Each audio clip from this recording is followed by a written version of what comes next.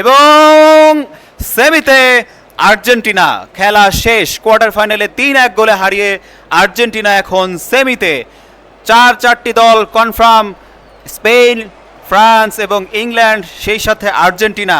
আমরা ফিফা র্যাঙ্কিংয়ের প্রথম শীর্ষ 4টি দলকে পেয়ে গেলাম সেমিতে।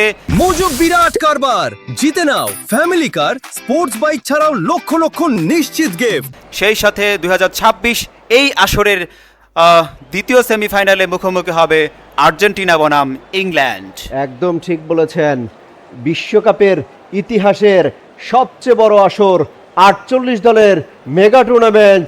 এই 48 দলের মধ্য থেকে কিন্তু এরই মধ্যে 44 দল বিদায় নিয়ে বাড়ি চলে গিয়েছে। সেখানে জার্মানিকে বিদায় নিতে হয়েছে, ব্রাজিলকে বিদায় নিতে হয়েছে, ইতালি এখন পর্যন্ত বিশ্বকাপেই খেলতে পারলো না।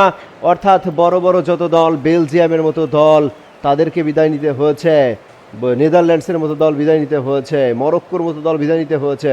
অর্থাৎ বুঝতেই পারছেন, সেরা যে 4টি দল, স্পেন, ফ্রান্স, আর্জেন্টিনা এবং ইংল্যান্ড, সেই দলগুলো কিন্তু এখন সেমিফাইনাল খেলবে 15 এবং 16 তারিখে।